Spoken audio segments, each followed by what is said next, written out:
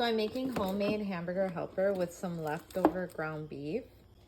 So this is the ground beef from my freezer that I froze the other day. I have a video of me doing that. And then I just got some plain cream cheese. I would have done low fat, but they didn't have any at Target. And then I have this sharp cheddar cheese. And then I'm gonna do this pasta. You could do a protein pasta, but this was like 50 cents at Piggly Wiggly, so it was a steal. So I'm gonna always salt your water. So this bag has 8 servings, so I'm making enough for 4, so I'll use half the bag.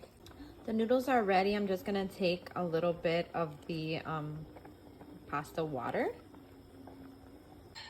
So I microwaved I microwaved the ground beef a little bit, but not completely. And I'm just gonna put it in the bowl. There's a little bit of grease, but I drained it before I froze it. Okay, so I'm gonna add the pasta water to the ground beef. Half the pack of cream cheese. Now is when you can season it with whatever you like. Now add the sharp cheddar cheese. This is a really sharp cheese, so I don't need that much. Just used about half. Stir it all together. Add the pasta back into the pan. Give it a good stir. Definitely gotta add some parsley for color. There we go. Easy homemade hamburger helper with leftover ground beef from the freezer.